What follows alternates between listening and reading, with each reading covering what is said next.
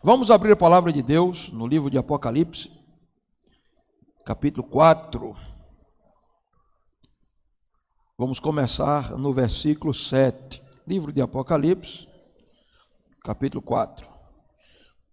Ora cantarabaxe que terebaha sori cantara. Rabahacha catarababa. Ramanarabaxa. A minha versão é King James Vitor. Apocalipse 4, versículo 7. O primeiro aparentava um leão, o segundo era semelhante a um touro, o terceiro tinha um semblante como o de homem, e o quarto parecia uma águia em pleno voo. Cada um desses seres tinha 6 asas e eram repletos de olhos, tanto ao redor como por baixo das asas. De dia e de noite proclamavam sem cessar: Santo, Santo, Santo é o Senhor Deus, o Todo-Poderoso, aquele que era, aquele que é e que há de vir. Toda vez que os seres viventes exclamavam glória e honra e graças àquele que está sentado no trono, é o que vive para todo sempre, os 24 anciãos se prostram diante daquele que está sentado no trono e adoram aquele que vive para todo sempre. Eles lançam as suas coroas diante do trono e declaram: Nosso Senhor e nosso Deus, Tu és digno de receber a glória, a honra e o poder, porque Tu és o Criador de tudo, e por Tua soberana vontade tudo o que há foi criado e veio a existir. Capítulo 5 agora, nós vamos começar do versículo 5 também. Então um dos anciãos consolou-me afirmando: Não chores, pois o leão da tribo de Judá, aí de Davi, venceu para abrir o livro e romper os seus 7 selos. Nisso aconteceu que reparei no meio do trono e dos 4 seres viventes e entre os anciãos, em pé, um cordeiro que parecia estar morto e tinha 7 chifres e 7 olhos, que são os 7 Espíritos de Deus enviados a toda a terra. Ele veio e pegou o livro na mão direita do que estava sentado no trono. Assim que o recebeu, os 4 seres viventes e os 24 anciãos prostraram-se diante do cordeiro. Cada um deles tinha uma harpa e taças de ouro cheias de incenso, que são as orações dos santos. Eles cantavam um novo cântico: Tu és digno de tomar o livro e de abrir os seus selos, porque fostes morto e com o teu sangue comprastes para Deus homens de toda tribo, língua, povo e nação. Tu os constituístes reino e sacerdotes para o nosso Deus. Assim reinarão para sempre sobre a terra. Então reparei e também ouvi a voz de grande multidão de anjos ao redor do trono, e dos seres viventes e dos anciãos, cujo número era de milhares e de milhões.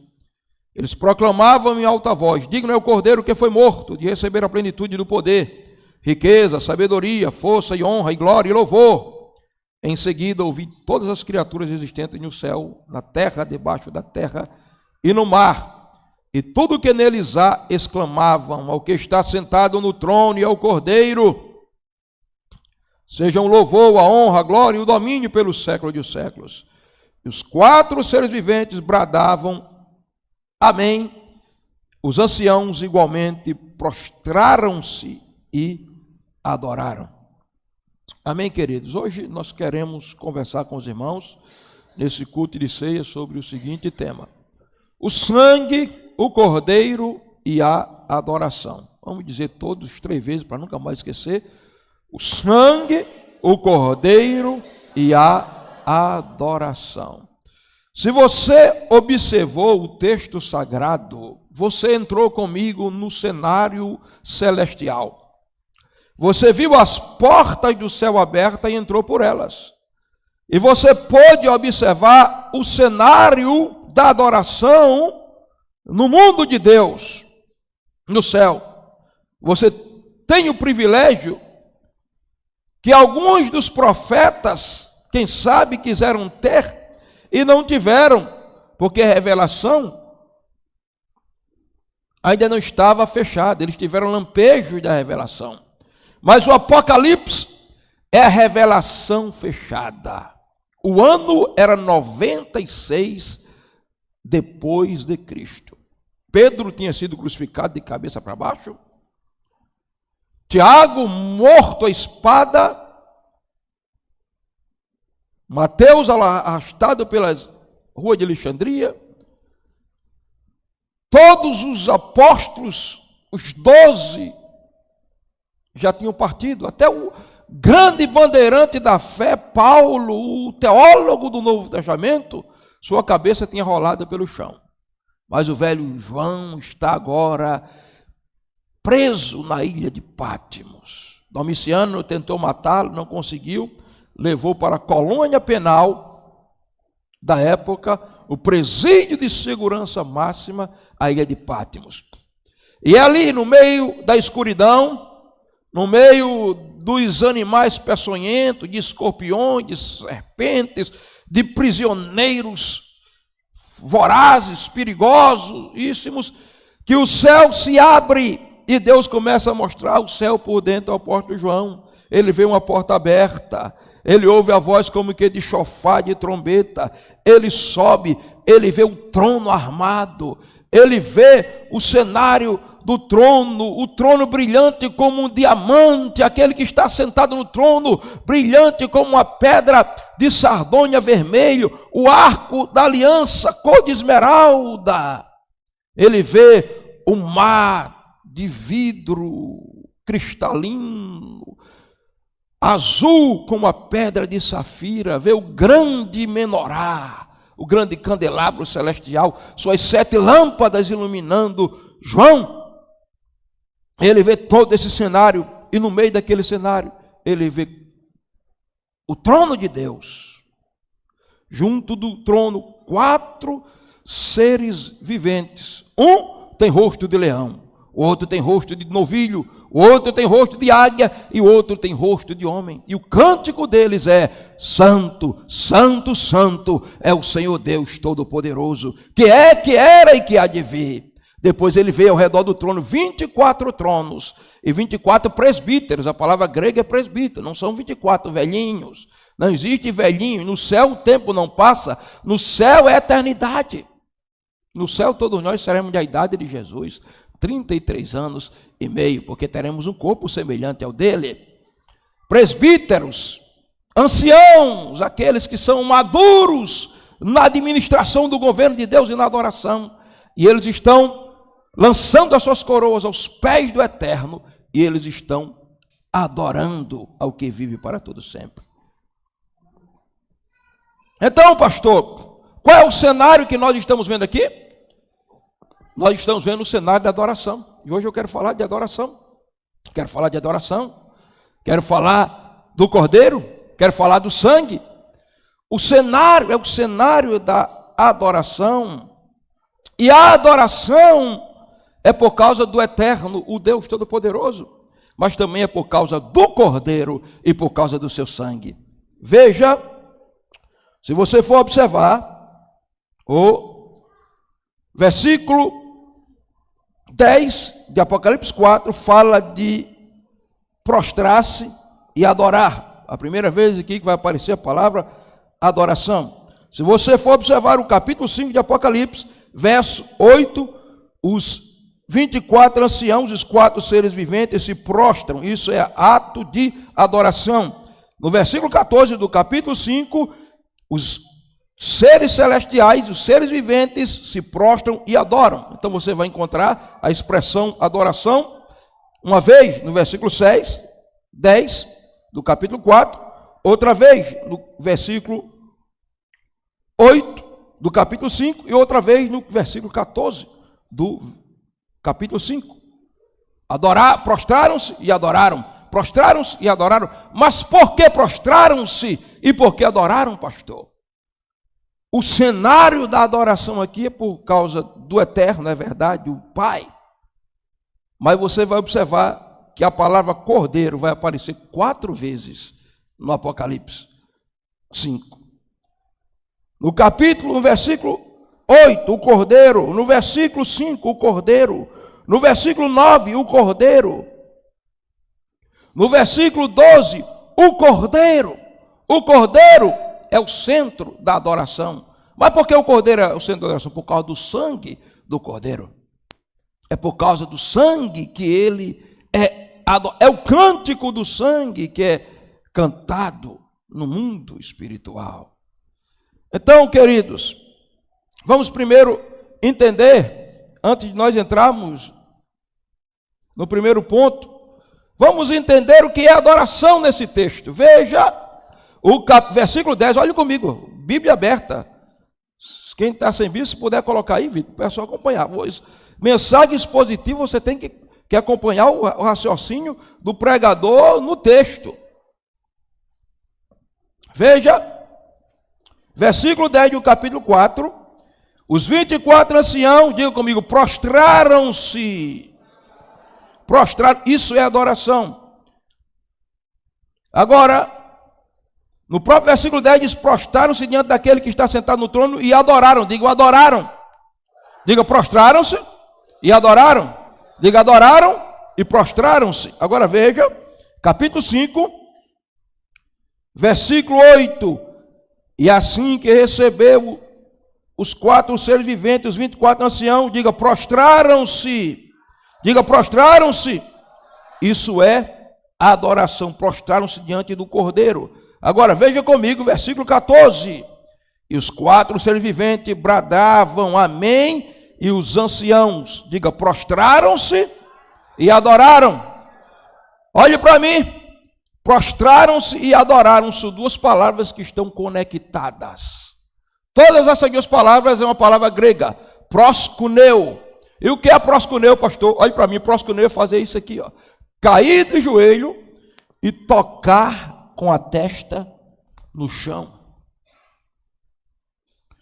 Proskuneu quer dizer mais do que isso, quer dizer cair do joelho, tocar com a testa no chão e beijar os pés. Toda vez que você ouve essa expressão, isso é sinal de adoração.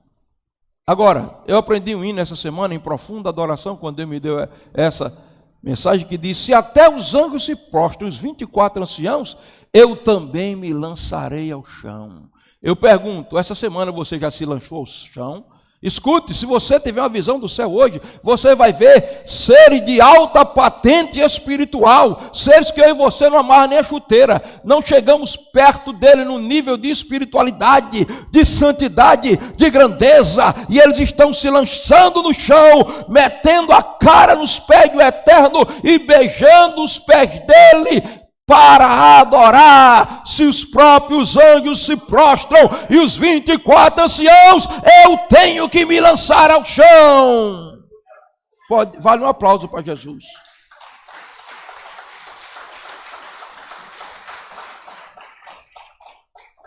Temos que aprender a adoração, irmãos. Adorar. Vamos para o ponto primeiro. Por que adorar? Por que se prostrar? Porque se lançar ao chão, eu espero que até terminar essa mensagem, essa noite, todos nós caiamos de cara no chão, porque esse é o lugar onde nós devemos estar sempre. Outro dia eu vi um pastor dizendo, e concordo com ele dizendo, tem gente aí que é muito chegada a show, nós temos que ter show, para atrair e segurar os jovens, para segurar a igreja. E dizia ele, se o pastor faz uma campanha de oração, ninguém vem. E agora se aparece a estrela fulano de tal, o povo paga caro para ir, porque eles querem show. Mas show não resolve problema de ninguém. A igreja brasileira está cheia de show. E quanto mais show é mais pecado encoberto, quanto mais show é mais corrupção, quanto mais show é mais crente ruim que não sei de onde vem, porque show não resolve. O que é que resolve, pastor? O que resolve é chão, é joelho no chão, é cara no chão, é adoração, porque a adoração transforma, porque quem adora toca a sala do trono e não pode continuar o mesmo. Amém? Show não resolve, é chão. Então vamos lá. Primeiro lugar, ponto de número 1, nós vamos observar o sangue, a adoração e a santidade do Cordeiro. Veja comigo, capítulo 4, verso 8. Por que que aqueles 24 anciãos e aqueles 4 seres viventes de uma alta patente espiritual estão de cara no chão? Vamos ver por quê. Primeiro, por causa da santidade do Cordeiro. Pastor, o capítulo 4 verso 8, está falando que o que está sentado no trono é o eterno. É verdade, eu preciso ser exegeticamente correto. É o eterno, é o Deus, é o Pai. Mas eu quero te dizer que os atributos do Pai estão no Filho. Se o Pai é santo, o Filho é santo. Se o Pai é eterno, o Filho é eterno. Se o Pai é onisciente, o Filho é onisciente. Se o Pai é onipotente, o Filho é onipotente. Se o Pai é Deus, o Filho é Deus também. Então note que no capítulo 4, esses 24 anciãos, esses 4 experimentos estão de cara no chão diante do Pai. Mas no capítulo 5 estão de cara no chão diante do Filho. Então eu posso aplicar tudo isso aqui, que eu vou falar, que é do Pai, para o Filho, para o Cordeiro. Então primeiro, nós vamos ver a santidade do Cordeiro. Veja comigo o versículo 8.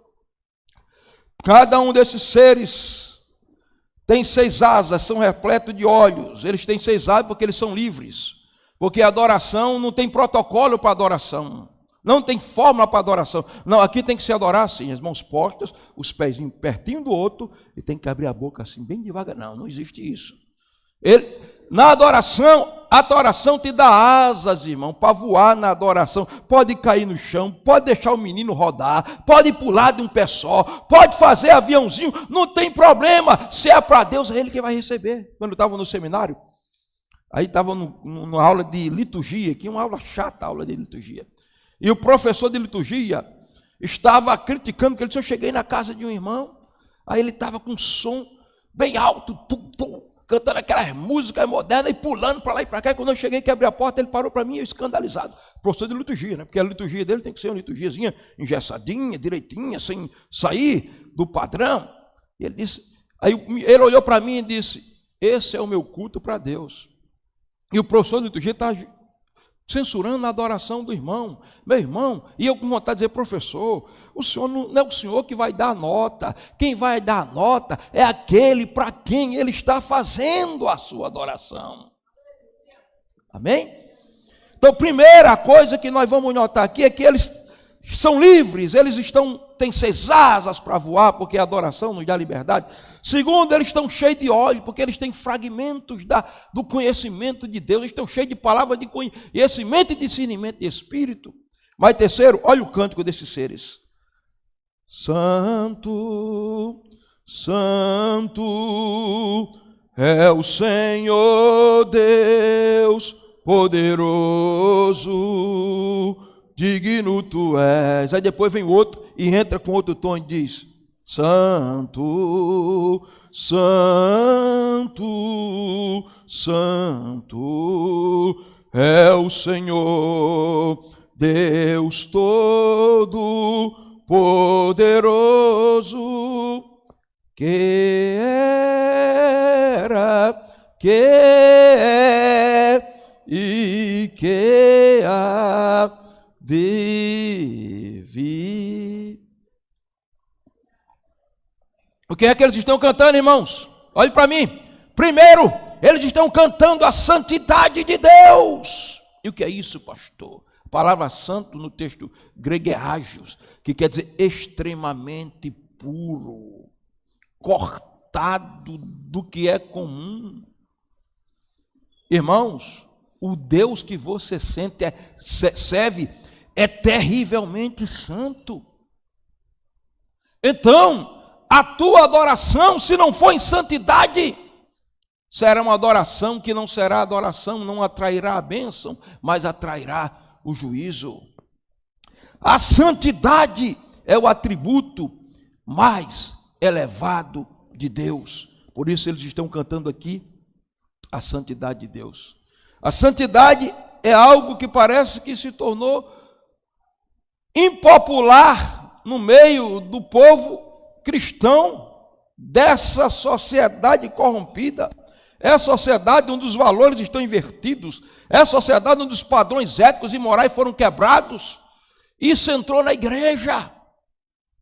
E tem pessoas que dizem, sou crente, mas não sou santo. E você é o quê, meu irmão? Você adora um Deus santo que te santificou para você o adorar em santidade. Veja, Jesus disse assim, Pai, por eles eu me santifico, para que eles sejam santos. E a Bíblia diz, santos em toda a vossa maneira de viver E o que é que Jesus quer dizer quando por eles me santifico? Eu evito o pecado? Não, Jesus não tinha problema com o pecado. Jesus era essencialmente Deus. O que é que Jesus está dizendo? Eu está fazendo alusão a um texto do Antigo Testamento de Levítico, que dizia o seguinte: vem cá, Augusto, me ajuda a pregar aqui, suba aqui. Você está muito bonito com esse suéter, né? Suba aqui. Vem cá. Augusto era meu filho no Antigo Testamento, e eu queria que ele fosse um homem de Deus, então eu queria santificá-lo. Eu chegava para Augusto diante do sacerdote e dizia: esse meu filho aqui, eu quero que ele seja separado, ele vai viver comigo, mas eu quero que ele seja santificado a Deus. Fica aí. E o sacerdote dizia: lance o preço, e eu fazia um depósito em prata. Depois que eu fazia aquele depósito em prata, eu saía com Augusto, e a partir de agora, Augusto era meu filho, mas ele era de Deus, ele era santificado a Deus. Até a sua morte, ele pertencia a Deus, mesmo convivendo comigo. Isso era com, muito obrigado, isso era com pessoas, isso era com um animal, isso era com objeto. Jesus está dizendo, e aí o escritor hebreu vai dizer, pela oferta do corpo de Cristo nós fomos santificados. Jesus está dizendo: Pai, eu sou o depósito, meu sangue é o preço, é o depósito para que eles sejam separados somente para ti. Então, está vendo esses teus olhos? Quando você está acessando sites pornográficos, você está contaminando os olhos que você diz que um dia foram santificados, separados para Deus. Essa sua boquinha, quando você está falando mal dos outros, ou chamando palavrão, ou beijando outras bocas, que não é do seu esposo, de sua esposa, você está maculando aquilo que Jesus pagou o preço para ser somente dele. Essas suas mãozinhas, quando elas estão tocando no que deve, esses pezinhos, sempre precisa cantar de novo. Cuidado, olhinho no que vê. Cuidado, boquinha no que fala. Cuidado, mãozinha no que toca. Tem um Salvador do céu que está olhando para você. Eu era menino, minha mãe cantava isso para mim. Eu entendi isso como era criança. Irmãos, o cântico dos anjos é de um Deus santo que exige santidade do seu povo.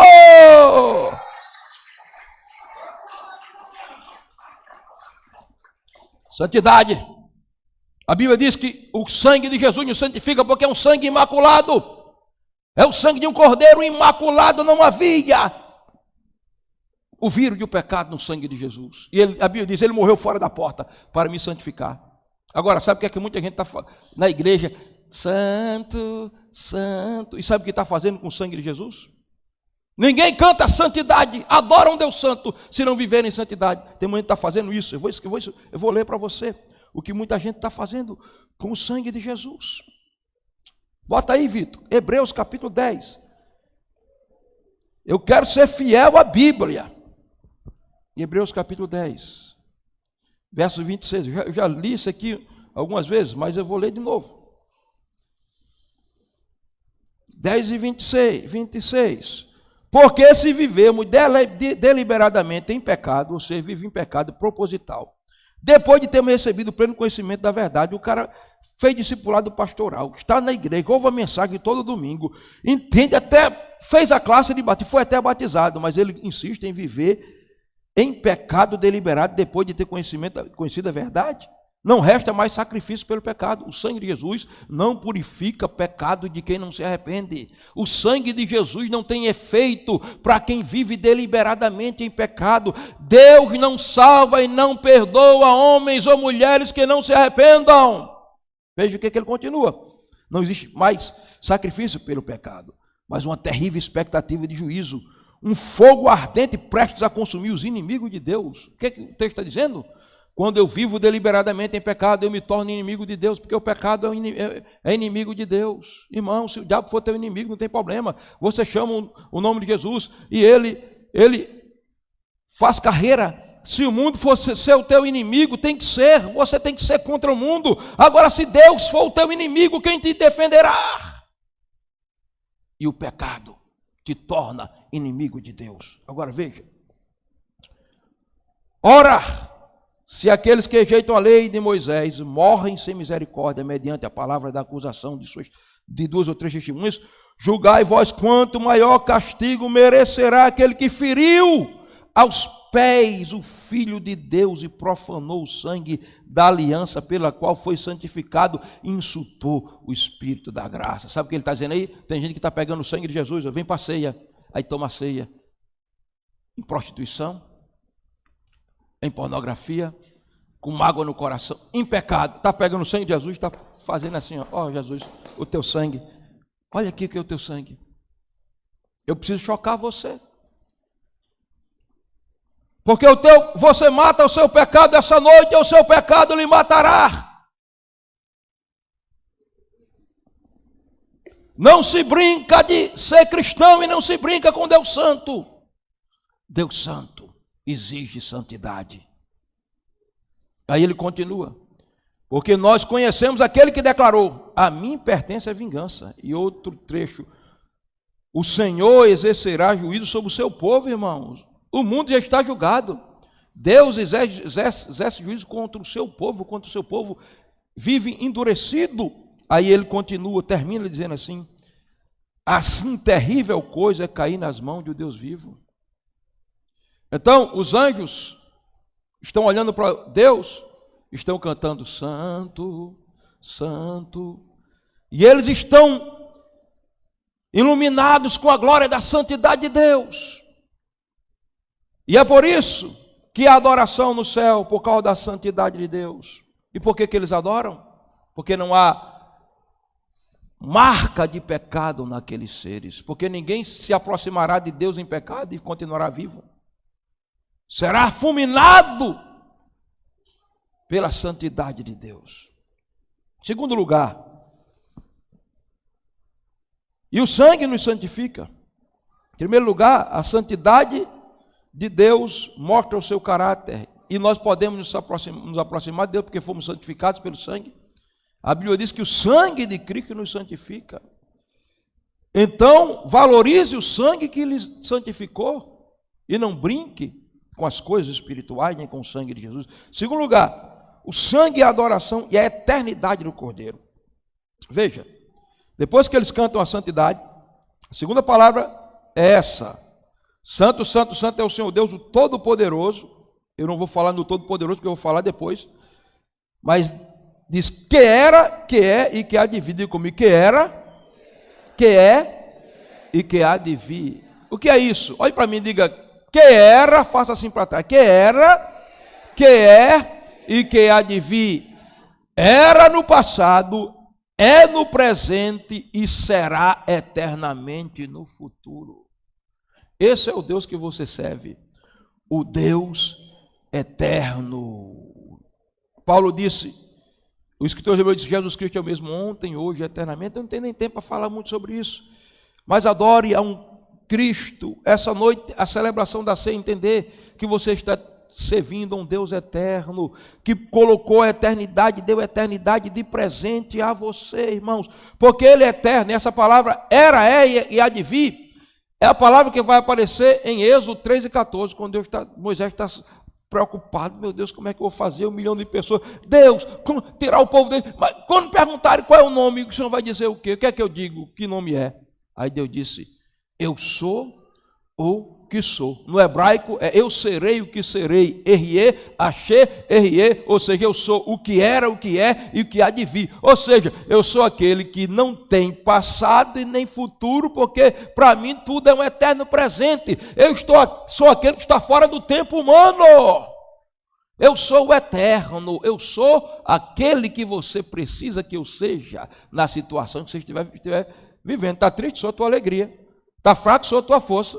Está em pecado? Eu sou o teu perdão. Está morrendo? Eu sou a tua vida. Está em trevas? Eu sou a tua luz. Está enfermo? Eu sou a tua saúde.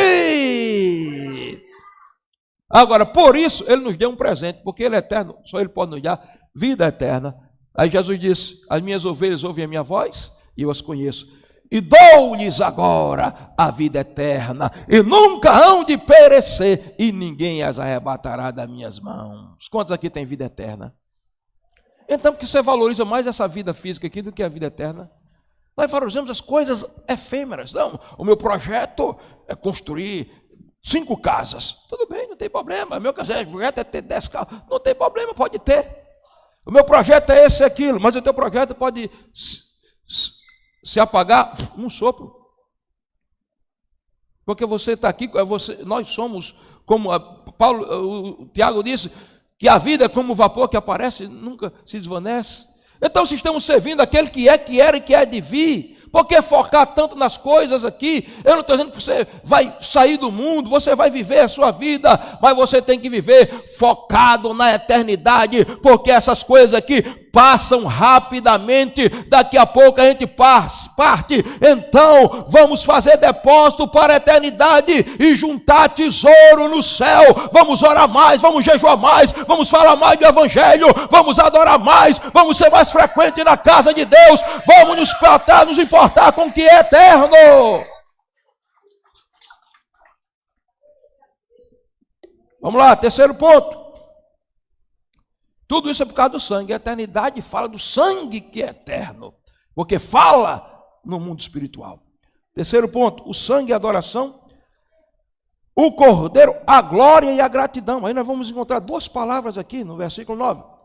Toda vez que os seres viventes exclamam glória, honra e graças àquele que está sentado no trono e o que vive para todo sempre. 2 palavras. Primeiro, eles estão dando glória ao que está sentado no trono, que é a mesma glória que é dada ao cordeiro. Diga glória. Palavra grega para glória é doxa, esplendor, brilho, excelência, dignidade, majestade. Glória é brilho. Eles não aguentam, estão tão ofuscados com o brilho que sai do trono, que eles estão de cara no chão, estão dizendo, a ele a glória. Diga comigo, a ele a glória. Diga assim, a ele a glória. Deixa eu ouvir você. A ele a glória. Pode cantar. Vamos fazer como seres no céu.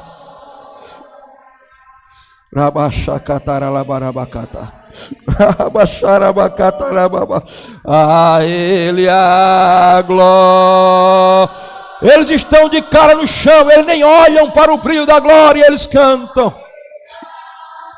A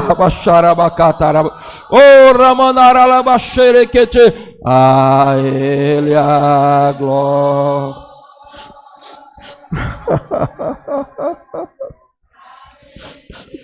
Chore candaralaba de novo. A ele a glória. Rabashara candaramanai de cochore barabaha. Bicho barabaha sokete terebaha. Ramanaha sorekete rebabababasha.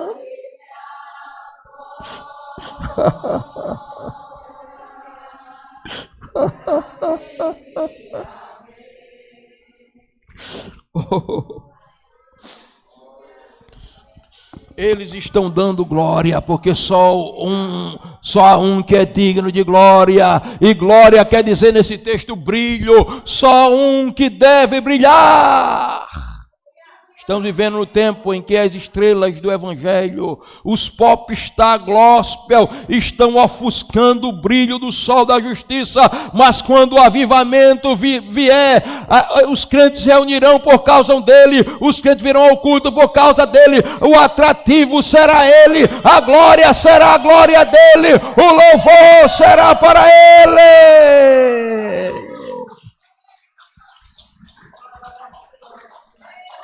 Irmãos, artistas que cobram de 30 a 80 mil reais até 100 para se apresentar na noite e cantar 3 músicas, e os crentes patrocinando esse mercado, é um mercado gospel. Minha filha foi dançar lá no Avivalém, que tem todo ano lá, e trouxeram e vieram um dessas artistas, e o brilho da artista era tão grande que fizeram um ciclo assim, ninguém podia chegar perto, não podia chegar. Com empresário, com tudo, não sei quantos mil aquela noite, e minha filha dançando inocentemente passou a faixa. Meu irmão, A irmã dessa atriz deu um solavanco, puxou ela que quase que derruba no chão, porque ele não estava no culto, ele estava no show, e no show tudo pode acontecer, mas vai chegar o tempo em que os shows se acabarão, e o povo irão para o chão, por causa do brilho da glória. Aplauda a Jesus.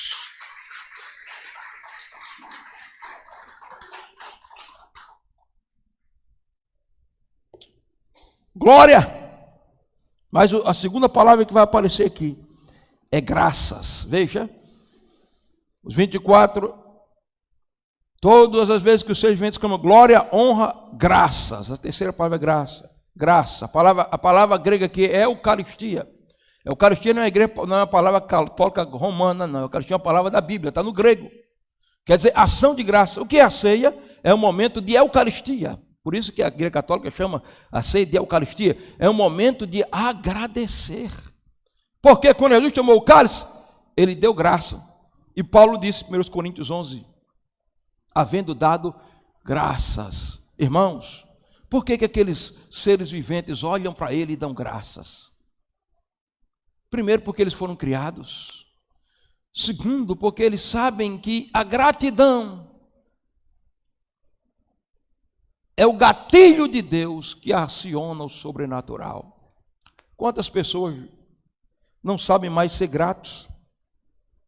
Estar aqui é ser grato, porque você podia estar morto, você podia estar em cima de uma cama, você podia estar em uma situação terrível, você não sabe o que você podia estar, mas agradeça a Deus mais uma vez, vir ao culto de ceia, é ser grato a Ele pela vida. Eu não vou nem, não tenho tempo de explorar esse ponto. Mas em quarto lugar, são um bocado de ponto aqui, eu tenho que correr.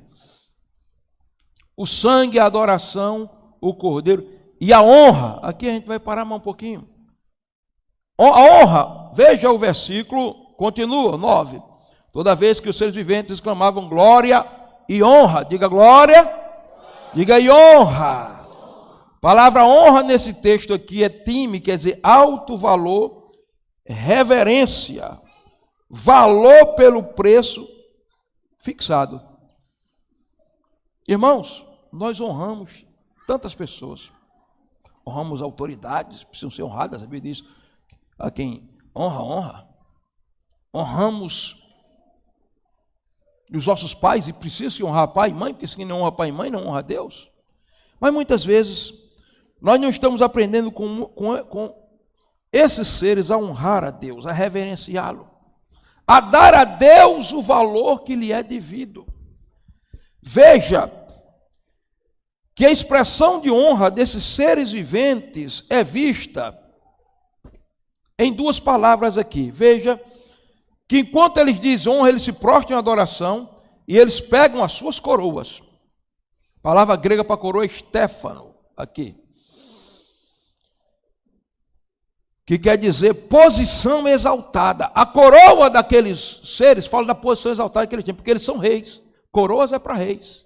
Eles são reis e sacerdotes. Alguém diz, são os 12 patriarcos, os 12 apóstolos, eu não sei, a Bíblia não diz. Só que se estão com coroa, são reis. Se estão com vestes brancas, são sacerdotes. E eles são reis e sacerdotes que governam pela adoração. Agora, veja o que eles fazem. Eles se prostram e pregam as coroas. E a Bíblia diz que eles lançam as coroas. Lançar é jogar. Eles jogam as coroas. Enquanto jogam as coroas, eles dizem, a nossa alta posição e o nosso alto cargo lançamos aos teus pés, porque a honra pertence a ti. A honra pertence a ti. E a Bíblia diz que eles dizem, no versículo 11, nosso Deus, tu és digno de receber. A palavra receber é lambano, quer dizer, pegar na mão. O que é que eles estão dizendo? Estão jogando a coroa e dizem, pode pegar a honra, porque a honra não é nossa. A honra é para ti. Pergunte para o seu irmão, você tem honrado a Deus? Pergunte para ele. O que é que você tem feito com a sua coroa? O pastor, não vou dizer o pastor Renato, não, que Lidiano é a coroa, mas tem alguns que têm desprezado a sua coroa.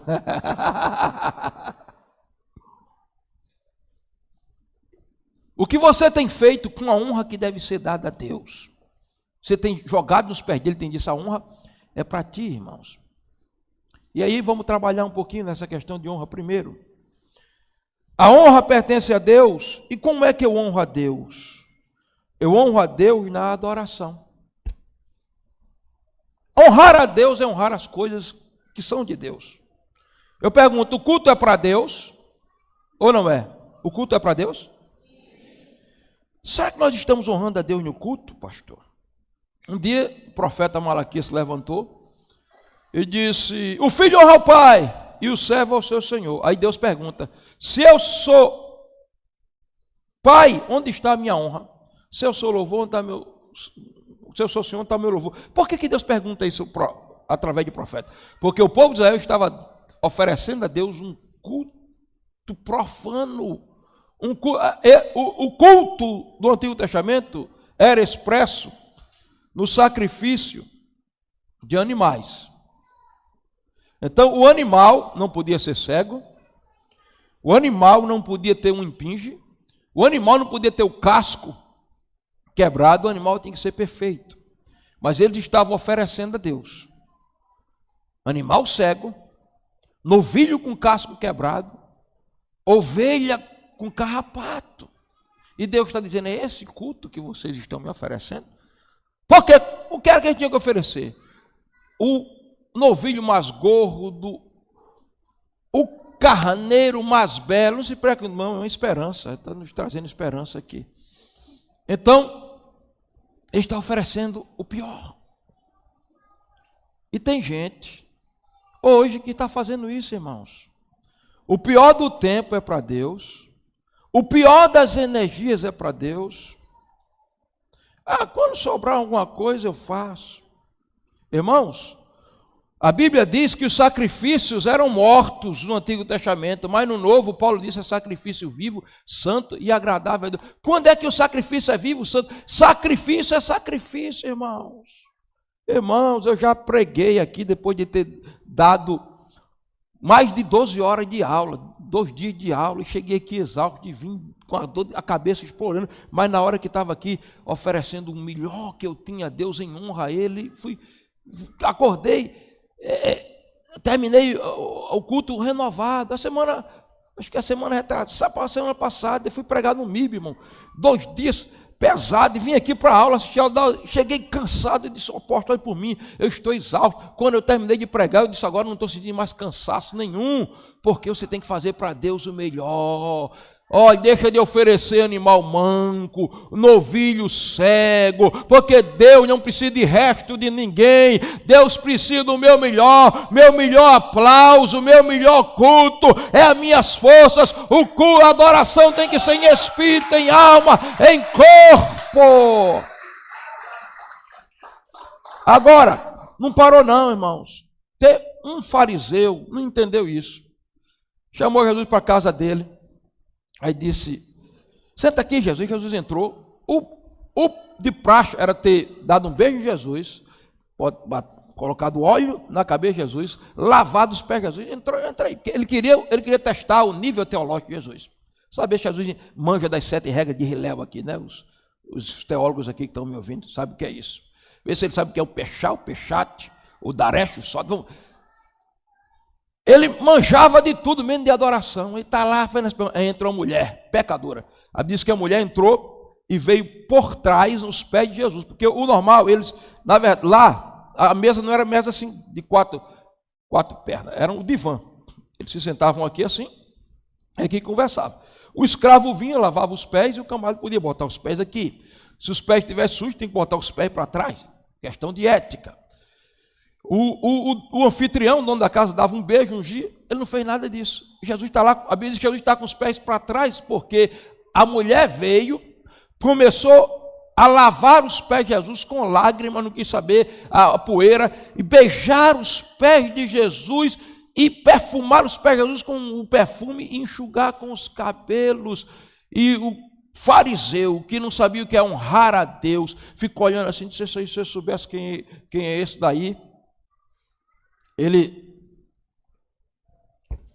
uma pecadora, isso não é profeta, coisa nenhuma. Jesus disse, Simão, é o seguinte, um homem devia uma dívida a um credor, na verdade 2 homens deviam a dívida de um credor, um devia 500 denários, outro devia 50, e o credor perdoou todos os dois. Quem é que ama mais? Aquele que foi mais perdoado, né? Ele devia 500, então, assim, exatamente, eu entrei na tua casa aqui, ó, tu não me beijasse, me desse ósculo, é o normal, não ungisse a minha cabeça, nem lavasse meus pés, rapaz, é uma falta de ética. Mas essa mulher aqui, desde que ela entrou aqui, ela não cessa de beijar meus pés, ela lavou meus pés com as suas lágrimas, ela perfumou meus pés, enxugou com seus cabelos, ela aprendeu a me honrar, e porque ela me honrou, os seus pecados são perdoados. Então tem pecadores que honram mais a Deus do que determinados religiosos que não sabem dar o devido valor ao Senhor, e perdão é para quem sabe honrar a Ele.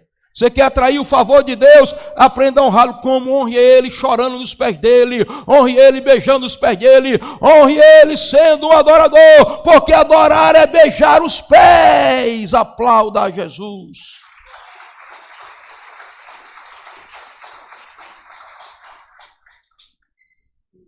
Agora, eu honro a Deus quando eu honro aqueles que Deus disse que eu honrasse. Por exemplo, os ministros de Deus. Deus mandou honrar os ministros dele. Quando eu não honro o ministro do Evangelho, eu não honro a Deus. Como assim, pastor? Vou mostrar na Bíblia. Bota aí, Vitor. 1 Tessalonicenses 5, versículo 12.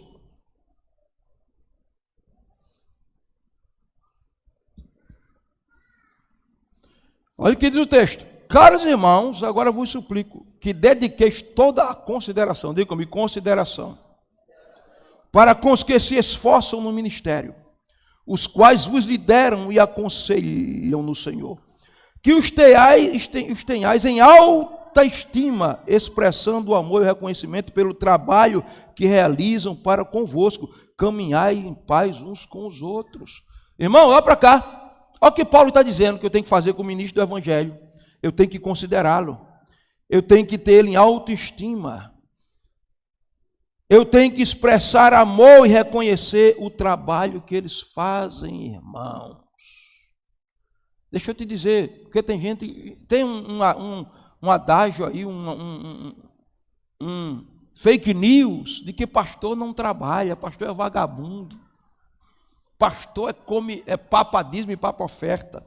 Deixa eu te dar aqui um dia de trabalho de um pastor. E tem muita gente que quer ser pastor para comer galinha caipira, né? Na casa dos irmãos do Chico.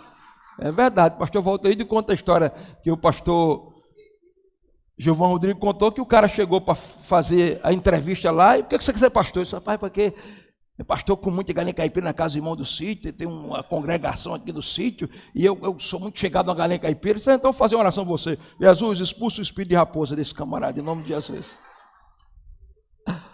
Aí tem muita gente, pastor Valteir, que quer o cargo e esquece que o cargo tem uma mulher chamada Carga, que inclusive é gordinha, porque ela pesa muito. Olha aqui. Um pastor, vou falar de um pastor de tempo integral, porque tem pastores que trabalham no século ainda. Um pastor de tempo integral, ele tem que orar no mínimo de 3, eu estou falando pastor de verdade, que quer alimentar, que quer rebanho, comida para dar rebanho, quer ter experiência com Deus. Ele tem que orar no mínimo de 3 a 4 horas por dia. Tem que passar pelo menos um dia ou 2 sem comer, jejuando. Tem que dominar o texto quando for pregar. Para dominar o texto, ele tem que conhecer o que é contexto remoto, contexto imediato, contexto cultural, contexto histórico, contexto gramatical, análise lexicossintática, o nome disso é exegese, para depois não estar falando abobrinha, chamando Jesus de Ginésio no texto, dizendo que os 2 grandes profetas na Bíblia são 4, Jacu e Esaú. Entendeu? Isso leva, sabe de quê? De 4 a 8 horas para fazer isso aí. Aí, pastor que gosta de que o rebanho entenda, faz os slides, que dá um trabalhozinho também, fazer o slide. Aí depois, ele tem que aconselhar um casal que quer se separar, um jovem que está em conflito porque acha que não vai ser perdoado, coordenar a reforma da igreja, ter reuniões administrativas para saber as entradas e saídas. Às vezes as entradas são mais as saídas são mais do que entrada. Ele vai ter que orar, não pode se estressar, não é? Aí, de vez em quando, dá uma saidinha para expulsar um demôniozinho, vagabundo que aparece no meio, né? Visitar uma irmã que está com depressão, está pronto para receber crítica, ser incompreendido, ir para o púlpito desarmado para não desabafar diante da pressão que está enfrentando, orar por todo, até por cachorro, às vezes ele tem que orar, ser um marido exemplar, um pai exemplar, um cidadão exemplar e tantas outras tarefas. Eu estou mostrando só algumas. Então, você que acha, não, eu venho aqui no culto, no domingo, e o pastor, e você acha que isso não custa nada para o pastor? Você está enganado, meu irmão. Olha o que Paulo está dizendo aqui, ó. Caros irmãos, Paulo está suplicando, porque Paulo sabia que gente é gente em todo canto do mundo. Ele está dizendo, tenha consideração para aqueles que se esforçam no ministério, vos lideram e vos aconselham. Tenhais em autoestima, expressando o vosso amor e reconhecendo o trabalho dele. Porque tem gente que pastor para ele não vale coisa nenhuma. Graças a Deus por uma igreja que é apaixonada pelo pastor dele, eu sou apaixonado por você. Mas eu já conheci uma galega sarará que olhou para a cara da pastora e disse, fale que eu quero dar na sua cara. E graças a Deus que eu não estava lá, porque ele dizia, para dar na cara da pastora, você tem que dar na minha cara primeiro.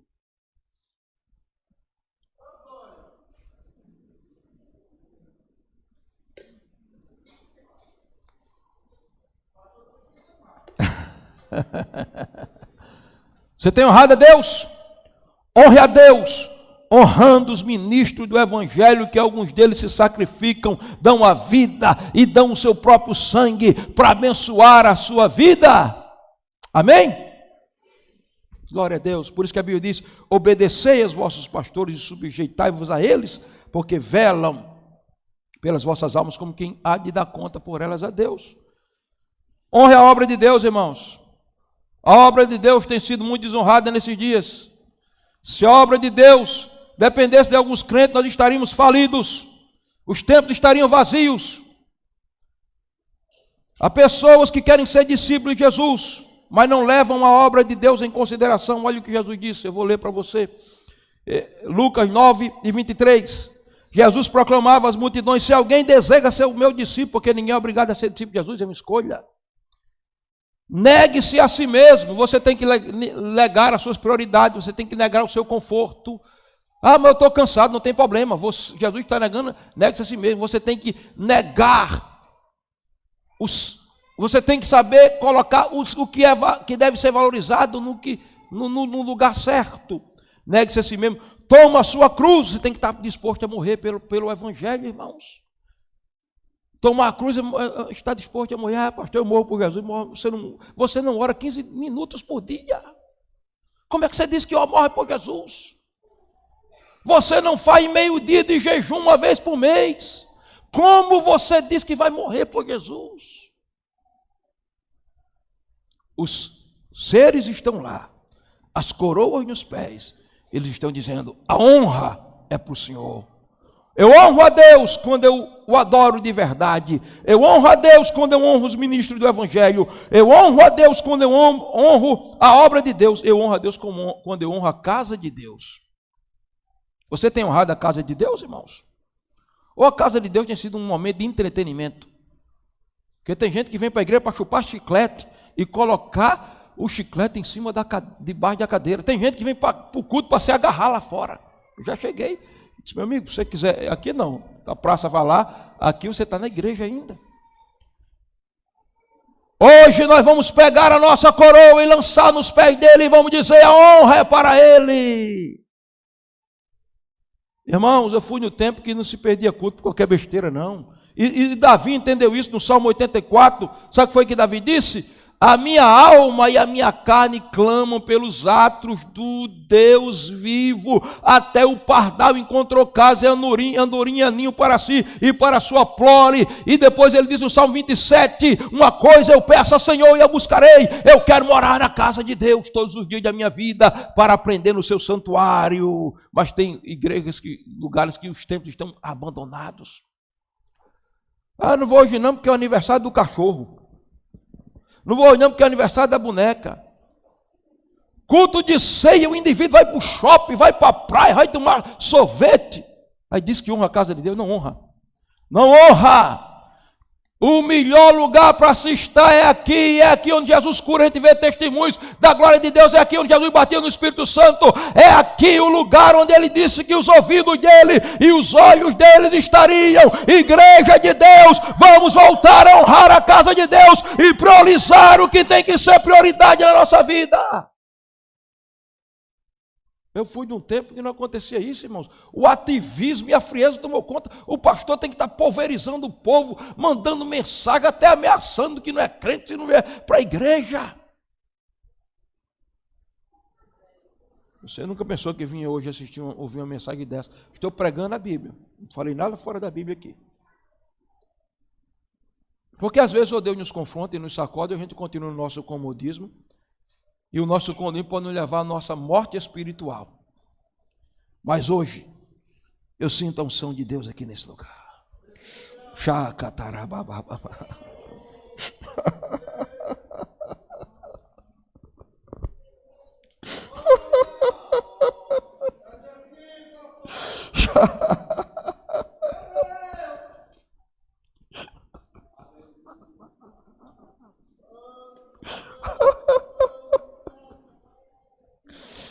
Hoje é noite de se arrepender, hoje é noite de pegar a coroa, hoje é noite de reconhecer o meu erro, hoje é noite de dizer: eu não tenho valorizado as coisas espirituais, eu não tenho te honrado, tem misericórdia de mim, Deus Santo, eu quero te honrar essa noite.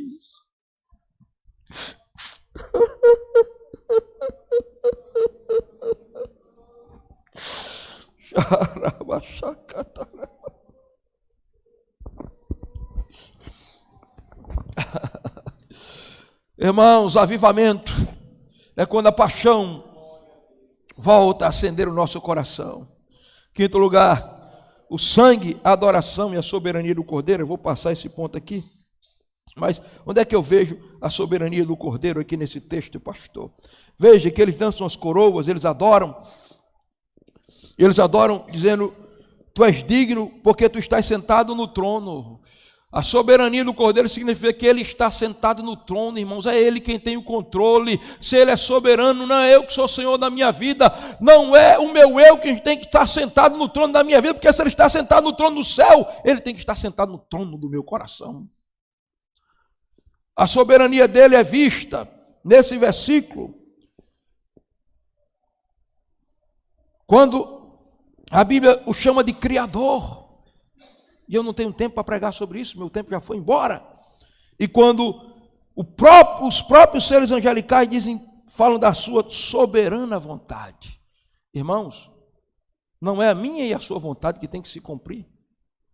Não é a minha e a sua vontade que tem que ser feita. É a vontade dele. Um dia eu ouvi um pastor dizendo: olha, se você for dizimista, você tem que botar Deus no canto do muro, da parede, e dizer: o Senhor é obrigado a me abençoar. Quem diz que Deus é obrigado a nada, irmãos? Nós somos pó e cinza. Só tem um que é Senhor, só tem um que domina, que controla. Ele cura quando quer, ele opera quando quer, ele abre a porta quando quer, ele ressuscita quando ele quer, porque a vontade dele é soberana. E se ele fizer, ele está no trono. Se ele não fizer, ele está no trono. Se ele fizer, ele é Deus. Eu não adoro pelo que ele faz, eu o adoro pelo que ele é, e ele é soberano.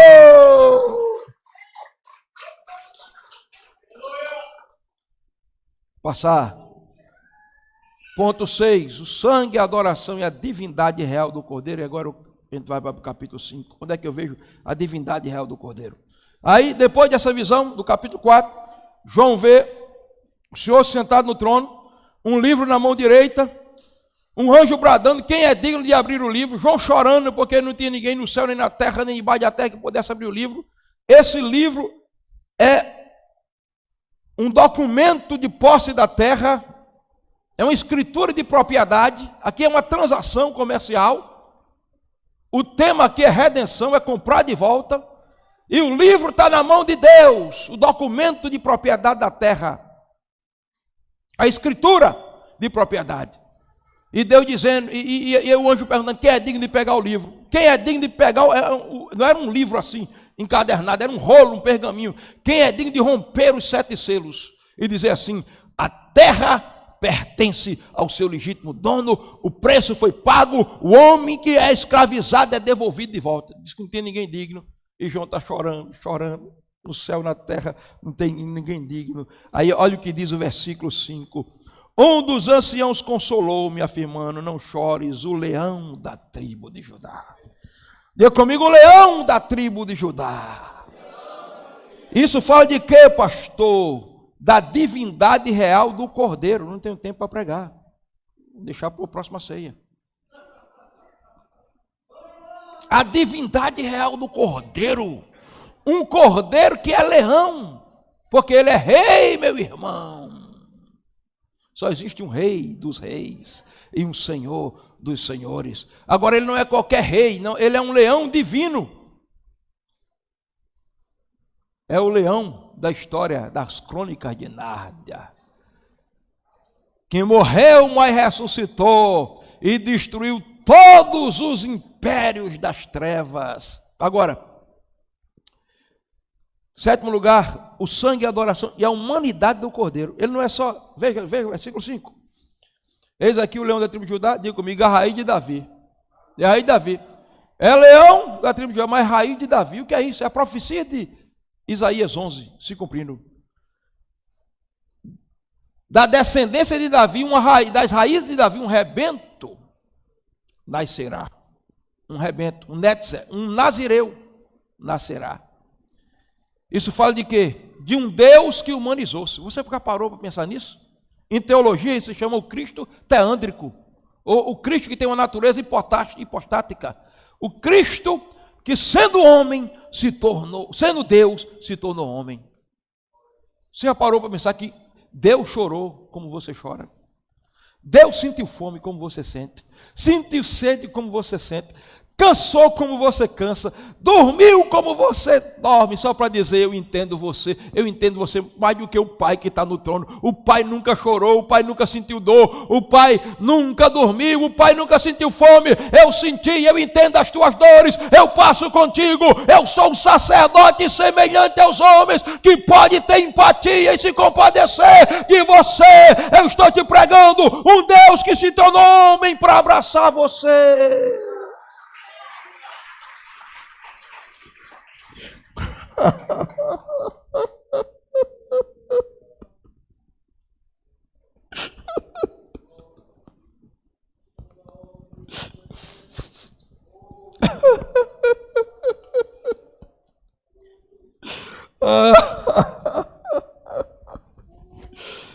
Se você sentisse o que eu sinto nessa hora, se a tua visão espiritual se abrisse,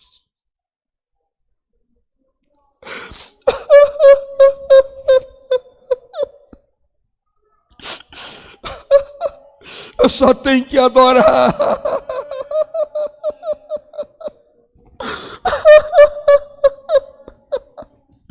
O Deus que abandonou o trono e se tornou bebê.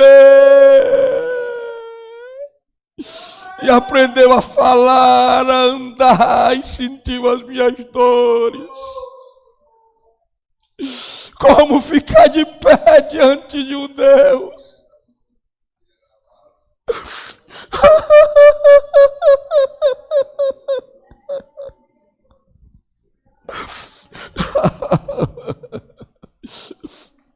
É por isso que os seres angelicais se prostram.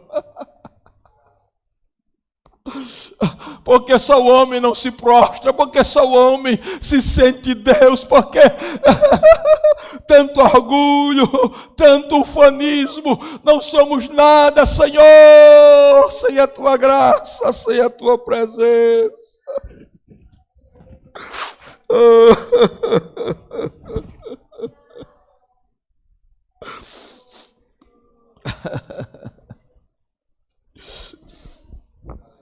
Em oitavo lugar, João disse: não chore mais. O anjo disse: não chore mais, João, porque aqui está o leão da tribo de Judá, que venceu para abrir o livro e desatar os seus selos. Você está diante de um Cristo que não sabe o que é derrota. Ele venceu Herodes quando era um bebê. Ele venceu Satanás 40 dias de jejum no deserto. Ele venceu na cruz. Ele venceu na sepultura. Principados e potestades têm que cair diante dele. Ele venceu.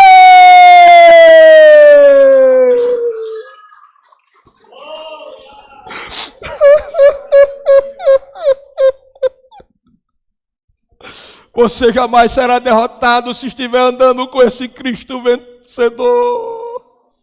Não adianta, as portas do inferno não prevalecerão. O inferno não pode ficar de pé diante de uma igreja que entende o nível da sua vitória. Somos mais do que vencedores pelo sangue do Cordeiro. Ele venceu, ele desatou os livros, ele abriu o livro. Adore a Ele. Eu quero dar um minuto a você, para você adorar aquele que está no trono, para você adorar, se expressar, aquele que venceu.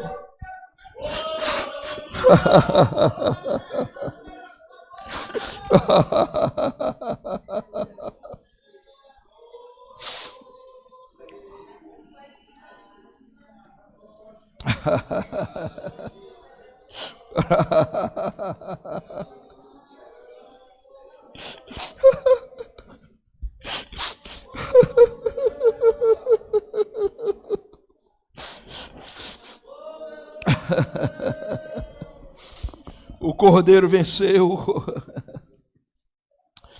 Em nono lugar, devemos adorar o Cordeiro porque Ele está no meio, não vou falar sobre isso. Décimo lugar, adorar o Cordeiro porque Ele está de pé. Ele morreu de pé, foi sepultado, mas ao terceiro dia ressuscitou. Ele está de pé. Não ande derrotado. A depressão não pode derrubar você. O desânimo não pode derrubar você. O pecado não pode derrubar você. Você não deve viver rastejando por aí. Olhe para o trono. O Cordeiro está de pé. A igreja se manterá de pé. A igreja continuará de pé. A igreja marcha triunfantemente porque o Cordeiro está de pé.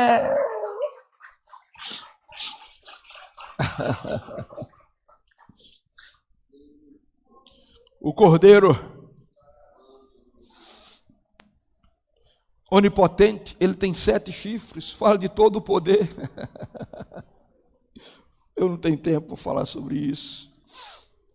O Cordeiro onisciente, ele tem 7 olhos, conhece todas as coisas. Você me engana, você esconde do seu marido, você esconde da sua mãe, você esconde o seu pecado do seu pai. Você esconde de todos, mas tem 7 olhos de um Cordeiro que estão lhe vendo. Não adianta fugir dele. Confesse o seu pecado essa noite. Abandone o seu pecado porque ele está olhando, está vendo.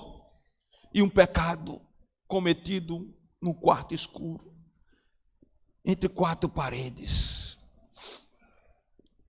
escondido de todos e de tudo, é um pecado cometido diante de um Deus onisciente, que vê todas as coisas. Eu vou terminar a mensagem dessa noite, indo para o 13º ponto. O sangue e a adoração, e o Cordeiro que é digno. Veja comigo, no versículo 9 do capítulo 5, no versículo 8.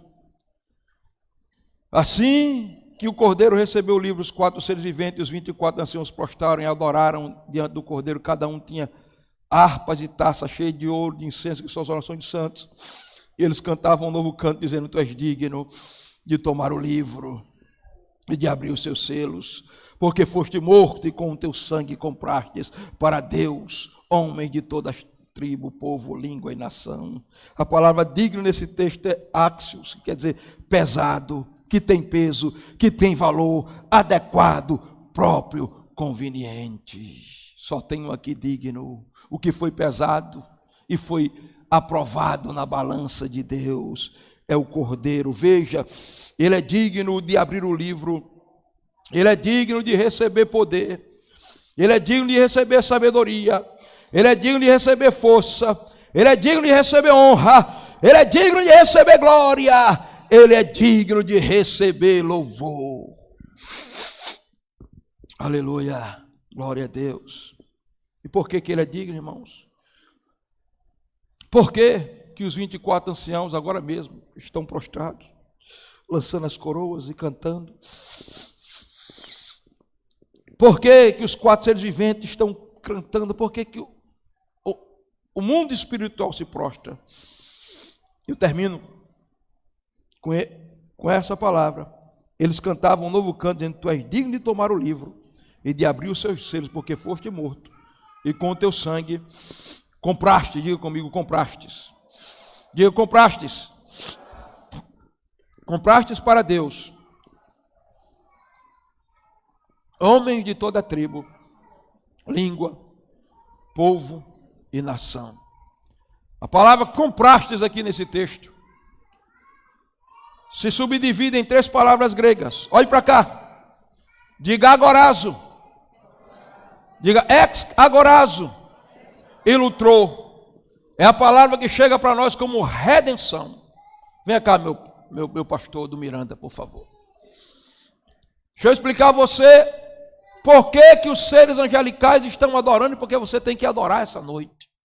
Essa noite, se você sair aqui sem adorar, eu não sei o que você veio fazer aqui. Olhe para cá. Aqui está um homem, bota as mãos aqui. Olhe para. Pode baixar a cabeça. Cruza os braços. Aqui está um homem no mercado de escravos. Isso se chama agorazo. Agorazo quer dizer entrar no mercado de escravos. Veja, no versículo 1 do capítulo 5, o livro selado está na mão de Deus. Que livro é aquele? O documento de comprovação de que a terra tem proprietário, mas o proprietário tem que pagar o preço por ela. Os homens têm um proprietário, mas o proprietário tem que pagar o preço. Por que tem que pagar o preço, pastor? Porque eles foram vendidos ao pecado. E todos eles agora estão no mercado de escravos. São escravizados à idolatria, escravizados à feitiçaria, escravizados à pornografia, às drogas, escravizados ao alcoolismo, escravizados a todo tipo de pecado. Eles estão no mercado de escravos. Mas de repente chega alguém, é um leilão, para colocá-lo à venda. E alguém chega: aqui está o escravo à venda. Quem dá o primeiro lance? Quem dá o primeiro lance? R$1.000. R$1.000. Alguém dá outro lance? 1.100. R$1.100. É agorazo, isso é agorazo. Mais algum lance? 1.150. Não vão comprar você hoje não. 1.150. Mais algum lance? 1.500. 1.500. Vai dar. Alguém dá mais algum lance? 10 milhões. 10 milhões. Pronto. Escuta aqui. Aqui não é mais agorazo. Aqui é hexagorazo. O que é isso, pastor? Um preço imbatível. Ninguém tem mais um preço para dar. Olha, nós estávamos aí no mercado de escravo, aí alguém dava um preço, era maconha, alguém dava outro preço, era cocaína, alguém dava outro preço, era crack, alguém dava outro preço, era pornografia, alguém dava outro preço, era qualquer tipo de pecado, estávamos vendidos, mas chegou um que disse, eu dou um preço mais alto. Qual é o preço? O preço é o meu sangue inocente, e o céu está cantando, tu és digno de abrir o livro, porque foste morto, e com teu sangue comprastes para Deus, homem de todas as tribos, línguas, povos e nações. Agora, a palavra é agorás ou exagorás de lutrou. O que é lutrou? Lutrou quer dizer, deixar ir e tirar do mercado de escravo. Ele lançou o preço, o sangue dele, ele não tinha quem pagasse mais, ele pegou e disse, agora, eu comprei você para te libertar, você não precisa mais de cocaína para ser feliz, não precisa pagar mais para o carnaval, 7 noites de janeiro, não precisa mais nada disso, nem crack, você é livre, foi isso que aconteceu com você, é por isso que você tem que cair de cara no chão e adorar essa noite. O Cordeiro está no trono e ele é digno, o seu sangue nos comprou. Vamos ficar de pé.